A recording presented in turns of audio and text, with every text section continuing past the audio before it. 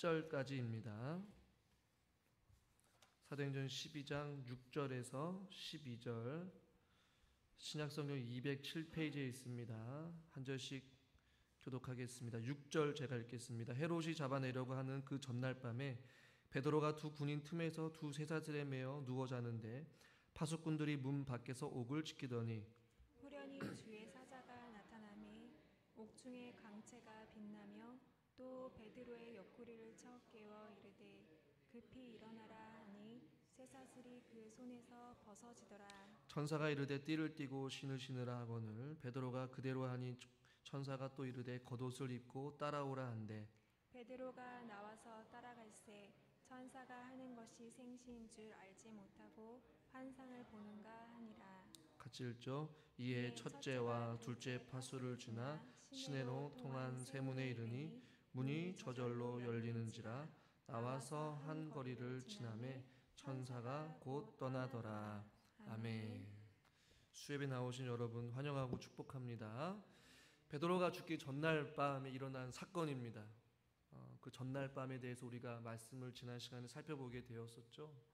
주님은 꼭 그 전날 밤에, 첫째 날도 아니고 둘째 날도 아니고 셋째 날도 아니고 죽기 바로 그 전날 밤에 극한의 상황에 처해 있을 때 하나님께서 일하심에 대해서 우리는 살펴보게 되었어요. 지금 베드로는 두 군인 틈에서 그 쇠사슬에 매어서 지금 곤히 잠들어 있습니다. 문 바깥에서 또 파수꾼들이 또 지키고 있어요. 2중, 3중, 4중 뭐 그냥 철저하게 도저히 빠져나올 수 없는, 어떤 사람이 힘으로는 도저히 구출할 수 없는 그런 불가능한, 거의 불가능한 상황 가운데 베드로가 죽음을 앞두고 있었지만 베드로는 깊은 잠에 빠져서 잠들고 있었어요. 그런 상황 가운데 7절의 말씀에 보면 호련히 주의 사자가 나타났다라고, 호련히 혹은 갑자기 주의 사자가 나타났다라고 말씀은 하고 있지만 원어 성경을 보거나 영문 성경을 보면 여기에 생략된 감탄사가 하나 있어요. 이두라는 그 헬라어 단어인데 보라라는 단어가 7절 앞부분에 빠져 있어요. 우리 개역 성경에서는 왜 이것을 생략했는지는 모르겠지만 영어 성경에서 다양한 번역본 가운데 영어 성경에서 대부분이 이 보라라는 감탄사를 쓰기도 했고 원어 성경에도 이 이두라는 이 감탄사를 쓰게 되었어요. 그래서 27절 9절을 다시 보시면 파수꾼들이 문 밖에서 옥을 지키고 있고 베드로는 쇠사슬에 목이 매어 팔에 쇠사슬을 쇠고랑을 차고 깊은 잠에 들어있는 그런 절망 가운데 어둠의 깊은 감옥에서 아무도 관심을 가지 않고 있는 그 이스라엘의 종교 지도자인 베드로가 죽음을 앞두고 있는 그 절망 가운데 있는 그 상황 가운데 있지만 보라라는 것이에요. 이 보라라는 이 이두라는 이 감탄사가 그 상황에 있는 야고보가 죽고 베드로가 죽기 직전에 그 전날 밤을 보내고 있는, 어떻게 보면 베드로와 야고보의 죽음으로 끝날 완전한 패배로 끝날 것 같은 그런 절망적인 상황 가운데 있지만 보라라는 것이에요. 무엇을 보라라는 것일까? 바로 주님께서 이 절망한 것 같고 패배한 것 같고 완전히 죽기 직전까지 내몰린 이 베드로를 하나님께서 어떻게 다루시는지, 그 절망과 죽음의 위협 속에서, 고통의 상황 속에서 처해 있는 하나님의 사람들을 어떻게 다루시는지를 오늘 이 성경을 통해서 보라라고 말씀하고 있는 것입니다. 그래서 우리는 이 7절의 9절부터 시작되어지는 사건들을 우리는 좀 눈여겨봐야 되는 것이죠. 그러나 베드로는 본문을 보면 깨닫지 못하였어요. 주의 사자가 옆구리를 쳐야지만이 깰 정도로 깊은 잠에 빠져 있었어요. 깨우고 급히 일어나라 그러면 쇠사슬이 손에서 벗어지게 되었습니다. 띠를 띠고 신을 신고 겉옷을 입고 따라오라고 합니다. 9절에 보니까 베드로가 나와서 따라가는데 천사가 하는 것이 생시인 줄 알지 못하고 환상을 보는 것처럼 베드로도 느꼈다라는 것이에요. 첫째, 둘째 파수를 지나서 시내로 통하는 큰 쇠문에 이르렀을 때 문이 저절로 열리게 되었고 한 거리를 지나며 천사가 떠나가게 됩니다.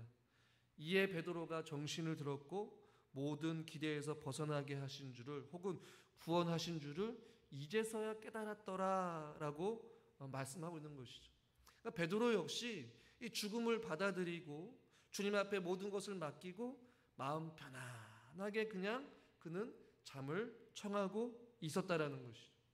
천사가 와서 깨우고, 천사가 와서 같이 함께 그 길을 인도하여서 감옥문에 나가는 그 순간까지도 마치 그냥 꿈을 꾸는 것과 같이 환상을 보는 듯이 베드로 역시 하나님의 그 일하시는 것을 어떻게 보면 제대로 깨닫지 못했다가 나중에 시내 한복판에 가서 그가 그 감옥으로부터 벗어나와서 그가 목숨을 건질 수 있었다라는 것을 깨달아 알게 되었다라는 것이죠. 오늘 7절에서 보라라고 말씀하면서 하나님께서 어떻게 일하시는지를 보라라고 말씀하고 있는 것이죠. 그러나 저와 여러분들도 믿음 생활을 하다 보면 이 하나님의 일하심을 우리가 제대로 보지 못할 때가 참 많이 있음을 보게 돼요. 때로는 어떠한 현실에 부딪히고 어떤 세상에 충돌할 때에 우리의 눈이 영적으로 어두워져서 제대로 하나님을 믿음의 눈으로 바라보지 못할 때가 있다라는 것이죠. 왜 상황이 어렵고 또 생각할 겨를이 없고 끊임없이 몰려오는 어떠한 아픔과 어떠한 문제와 갑작스럽게 찾아오는 어떠한 어려움들로 인하여서 우리에게 찾아오는 것은 무엇이냐면 자꾸 염려하게 하고 자꾸 근심하게 하고 자꾸만 두려움에 쌓이게 하다 보니까 우리가 믿고 있는, 우리가 알고 있는 그 하나님을 바라보지 못하는 것이고 그 하나님의 능력을 의지하지 못하는 경우가 있다라는 것이죠. 지금 당장 눈앞에 있는 문제가 너무나도 크게 느껴지다 보니까 당연히 주님이 제대로 보이지 않을 때가 있다라는 것이죠. 그 사람이 정말로 믿음이 좋냐 나쁘냐라는 것을 팔가름할 때에 문제 앞에 섰을 때 그 사람이 어떻게 행동하냐에 따라서 이 사람이 정말로 흔들리지 아니하고 고난과 어려움 상에서도 그의 시선이 주님께로 향하고 있구나, 하나님만 의지하는구나 라고 봤을 때 이 사람의 믿음이 적은지 작은지를 또 우리는 알 수 있는 것이죠. 이 열왕기 하의 새벽에 우리가 말씀을 살펴보고 있는데요, 다음에 살펴보겠지만 열왕기하 6장에 보면요, 아람 군대가 이스라엘 백성들, 자막을 이따 띄워주세요. 아람 군대가 이스라엘을 공격하려고 합니다. 근데 하나님의 사람 엘리사를 통하여서 그 아람 군대가 기습을 한다든지 또 어느 곳에서 전쟁을 치른다든지를 계획을 할 때에 엘리사가 그것을 미리 알고 그 전쟁을 막거나 피하거나 승리케 해요. 그러니까 아람 왕이 도저히 알 수가 없는 거예요. 우리가 은밀하게 계획하고 준비해서 이스라엘을 공격하려고 하는데 도대체 누가 그 사실들을 알고 이스라엘 백성들이 미리 전쟁을 준비하느냐. 사람들이 이야기를 하죠. 이스라엘 백성들 가운데 아주 신통방통한 한 사람의 선지자가 있는데 그 엘리사, 하나님의 사람이 그것들을 알게 하는 것 같더라. 그래서 아람 왕이 이제 많은 말과 병거와 군사들을 보내서 엘리사가 있는 곳으로 쳐들어갑니다. 그리고 그곳을 다 둘러싸요. 하나님의 사람 엘리사에게 사환이 있었는데 그 사환이 그 자기가 거주하고 있는 그곳을 많은 아람 군대들이 둘러싸고 있는 것을 보고 무서웠어요. 두려웠어요. 그래서 그 사환이 엘리사에게 찾아가서 엘리사요, 우리가 어찌하면 좋겠습니까? 라고 이렇게 질문을 합니다. 그러자 엘리사가 두려워하지 말라라는 것이에요. 그래서 열왕기하 6장 17절 말씀을 우리가 같이 한번 읽어보겠습니다. 기도하여 이르되 여호와여 원하건대 그의 눈을 열어 보게 하옵소서 하니 여호와께서 그 청년의 눈을 여심해 그가 보니 불말과 불병거가 산에 가득하여 엘리사를 둘렀더라. 할렐루야. 엘리사는 그것을 보았어요. 그러나 그의 사환이었던 그 청년은 보지 못했단 말이죠. 당장 지금 자기를 둘러싸고 있는 아람 사람들의 군대와 병거들을 보고 두려워했지만 엘리사는 끄떡하지 않았어요. 왜냐하면 자기를 잡으려고 죽이려고 했던 아람의 많은 군사들보다도 자기를 둘러싸고 있는 무엇을 본 거예요? 하나님의 천군 천사들을 본 것이었어요. 그래서 그 청년에게도 하나님께 기도하여서 하나님 그의 눈을 열어 보게 하여 주시옵소서. 무엇을 보라라는 것이에요? 엘리사와 그 사환을 보호하고 계시는 하나님의 그 군사들을 보게 하라. 그래서 그 청년이 눈을 들어 여심에 그것을 보게 된 줄 믿으시길 바랍니다. 이 엘리사가 하나님 앞에 기도할 때에 그의 눈을 열어 보게 하여 주시옵소서라는 그 보게 하여 주시옵소서라는 이 단어가 오늘 우리가 읽은 이 본문에서 7절 앞부분에 보라라는 그 단어와 동일한 의미 아니겠습니까? 보라라는 것이에요. 절망 가운데 있고 인간이 아무것도 할 수 없는 그런 절박한 상황 속에서 무엇을 보라라는 것이에요? 눈을 들어 주님을 바라보라는 것이에요. 그러나 잠깐만 사단은 우리들로 하여금 하나님을 제대로 보지 못하게끔 한다는 사실을 우리는 기억해야 됩니다. 저와 여러분 모두 다가 믿음의 눈을 들어 주님을 바라볼 수 있기를 주님의 이름으로 축원합니다. 123편 시편 123편 1절에 이렇게 말씀하고 있습니다. 하늘에 계신 주여 내가 눈을 들어 주께 향하나이다. 한번 따라해 볼까요? 내가 눈을 들어 주께 향하나이다. 아멘. 하늘에 계신 그 하나님 앞에 눈을 들어 주님께로 향하는 것이에요. 땅을 바라보고 세상을 바라보고 상황을 바라보게 되면 우리 안에 찾아오는 것은 염려요, 두려움이에요, 절망이에요. 그러나 우리가 눈을 들어 주님을 바라보면 그곳에 소망이 있고 그곳에 능력이 있고 그곳에 길이 있고 그곳에 치유가 있고 그곳에 회복이 있는 줄 여러분 믿으시길 바랍니다. 고린도후서 5장 10절에도 잘 아시는 말씀이잖아요. 새로운 피조물과 이전 것은 지나갔으니 뭐라는 것이에요? 보라라는 것이에요. 새 것이 되었도다. 잠깐만 우리는 성경에서는 하나님 저희들에게 잠깐만 우리의 시선이 우리의 마음이 우리의 생각이 보라라는 것이에요. 무엇을요? 누구를요? 하나님께서 일하심을 하나님이 함께 하심을 하나님이 우리와 동행하심을 우리가 자꾸 보라라고 성경은 말씀하고 있는 것이에요. 그러나 잠깐만 우리의 시선이 잠깐만 다른 곳으로 향하고 잠깐만 우리의 마음이 잠깐만 다른 곳에 빼앗기다 보니까 그 빼앗기는 그 시선에 빼앗기는 그 마음에 잠깐만 두려움이 엄습하고 염려가 엄습하고 근심이 찾아오기 마련이라는 것이죠.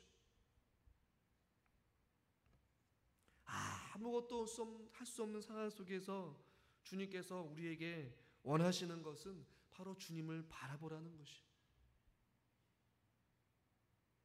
때로는 이런 극한 상황까지 몰고 가시는 이유는 우리가 주님을 바라보지 않기 때문에 사랑하는 자녀야 나를 좀 바라봐라. 네가 할 수 있는 거 다 해보지 않았느냐? 네 고집대로 살아보고 네 마음대로 믿음 생활해보고 네 뜻대로 생활했지만 잘 되느냐? 안 되지 않느냐? 너가 할 수 있는 것 아무것도 없어. 그러나 나를 바라보고 나를 의지하며 내가 모든 것을 해결해 줄게.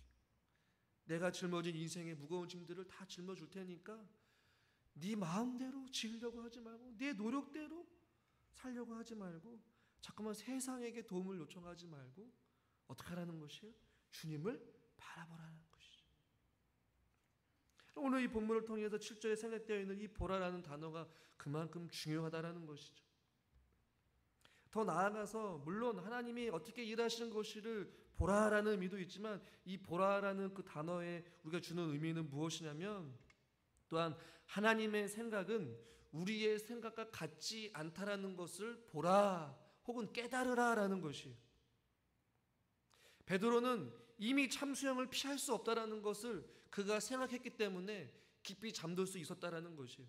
만약에 베드로가 어떤 하나님의 간절한 기대를 가지고 소망을 가지고 하나님께서 살려주실 것이라고 생각했다면 아마 이 죽기 전날까지도 하나님 앞에 깨어서 간절히 기도했을지 몰라요. 그러나 베드로가 잠을 잤다라는 것은 그가 이미 죽음을 각오하고 그냥 편안하게 잠든 것이에요. 그것도 물론 하나님의 은혜였어요. 그러나 하나님의 생각은 베드로와는 조금 달랐어요. 그렇다고 베드로의 생각이 틀렸다라고 하는 것은 아니지만 결국에는 우리가 보라라고 할 때 무엇을 보라라는 것이냐면 우리의 생각과 우리의 경험과 우리가 상황하는 판단과 우리가 생각하는 그 결정들이 하나님의 하시는, 하나님께서 일하시는 그 생각과 같지 않다라는 것을 우리는 보라라고 성경은 말씀하고 있는 것이에요.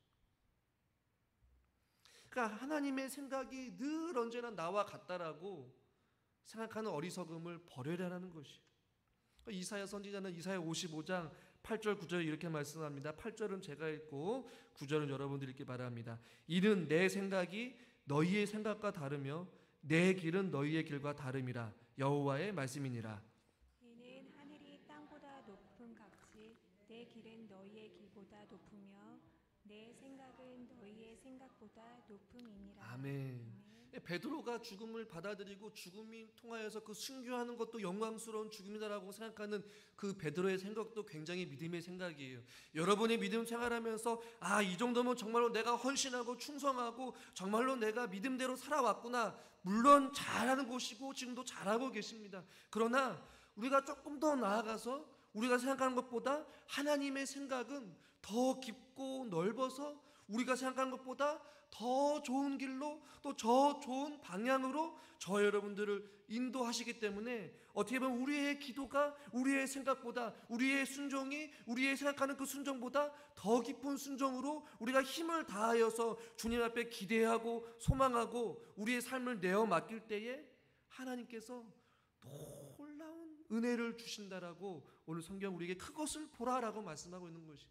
성경을 보면 항상 하나님께서 우리가 기대하고 소망하는 것보다 더 좋은 것으로 주셨잖아요. 할렐루야. 믿음의 생각을 하는 것도 감사할 일이고 잘하고 계신 것입니다. 그러나 조금 더 나아가서 그것보다도 하나님께서 더 깊은 생각을 가지고 우리에게 선하신 계획을 가지고 계시구나. 그것을 바라보라는 것이. 더 나아가서 하나님의 일하심은 인간이 생각하는 그 능력 밖에서 일하실 수 있다는 것을 보라라는 것이에요. 우리가 인식할 수 있는 방법, 베드로가 경험하고 알고 있는 그 생각으로는 도저히 감옥에서 나올 수가 없어요. 감옥 안에서 같이 지금 군사들이 양쪽 한쪽 팔 쪽에 지금 쇠고랑을 차고 같이 있는 거예요. 그냥 베드로가 이렇게 수갑을 찬 것이 아니라 쇠사슬 찬 것이 아니라 한쪽 병사의 팔과 베드로의 한쪽 팔 그리고 또 한쪽 팔과 또 병사의 팔 이렇게 묶여 있으니 베드로가 도망칠 수 있는 방법은 없어요. 그리고 또 감옥 바깥에 또 두 명이 또 지키고 있어요.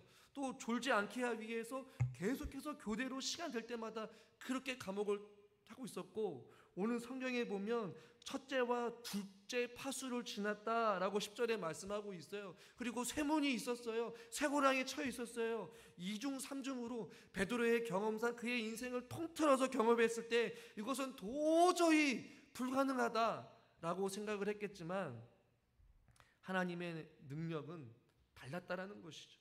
인간이 생각하고 경험 능력 밖에서 하나님께서는 일하고 계시다라는 것이. 그러니까 우리가 기도할 때 자꾸만 우리가 생각해본데 도저히 답이 없어요. 도저히 어떻게 하늘을 솟아날 만한 구멍이 없어요. 우리를 도와줄, 우리의 병을 고쳐줄 도저히 어떤 방법이 없다라고 우리 스스로 제안하지 말라라는 것이. 하나님의 생각과 하나님의 일하심과 하나님의 방법은 인간의 그 얄팍한 지식과 경험 안에서 제한을 하지 말라라는 것이에요. 그리고 보라라는 것이에요. 시간과 공간을 초월하여서 우리 하나님께서 일하시는 그것들을 보라라는 것이에요. 성경 통틀어서 보면 성경의 다양한 사건들을 보면 늘 언제나 하나님은 우리의 인식 바깥에서도 우리의 경험 능력의 바깥에서도 늘 언제나 하나님께서는 일하셨어요. 자연을 통하여서 동물을 통하여서 또한 수많은 사람들을 통하여서 오늘 성경에 보면 심지어 하나님의 사자들을 통하여서 주의 천사들을 통하여서 하나님께서 일하고 계시지 않습니까? 뭐 주일날 살펴보겠지만 하나님께서는 엘리야를 먹이실 때에 심지어 까마귀를 통하여서도 먹이시는 그런 하나님이셔요. 그래서 하나님의 일하심은 우리의 이성과 상상을 초월하여서 신비로운 방법으로 우리를 다루어 주신다라는 그 사실을 보라라는 것이.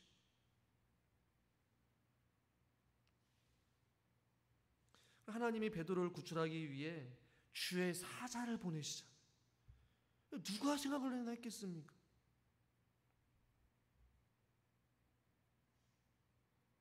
그러니까 베드로를 붙잡고 있는 그 쇠사슬이나 베드로를 지키고 있는 군사들이나 굳게 닫힌 그 세무는 베드로에게는 문제가 될 수 있었겠지만, 우리에게도 문제가 될 수 있겠지만 하나님에게는 전혀 문제가 되지 않는 것이에요.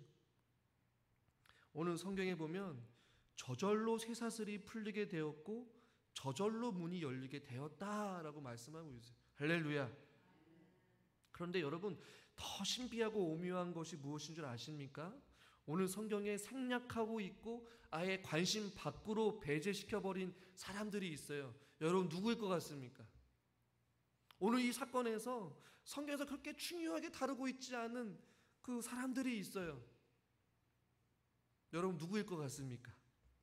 쇠사슬이 풀리고 첫째, 둘째, 파수를 지나가고 세면을 지키고 있는 군사들이 이러한 저절로 쇠사슬이 풀리고 베드로가 지나가고 있는 그 순간에, 문이 열리고 있는 그 순간에 파수꾼들이나 군사들이나 여기에 있는 감옥에 있는 이 베드로를 지키고 있는 이 사람들에 대해서 성령이 언급을 하고 있어요? 언급을 하고 있지 않아요?